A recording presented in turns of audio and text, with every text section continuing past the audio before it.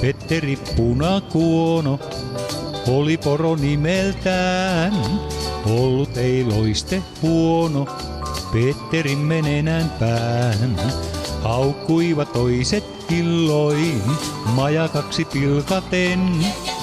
Tuosta vain saikin silloin, joulupukki aattehen.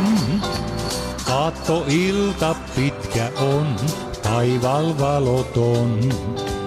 Petteri vois nenässään valon tuoda pimeään. Petteri siitä asti pulkkapukin kiskoen johtaa sen riemuisasti luokse lasten kilttien.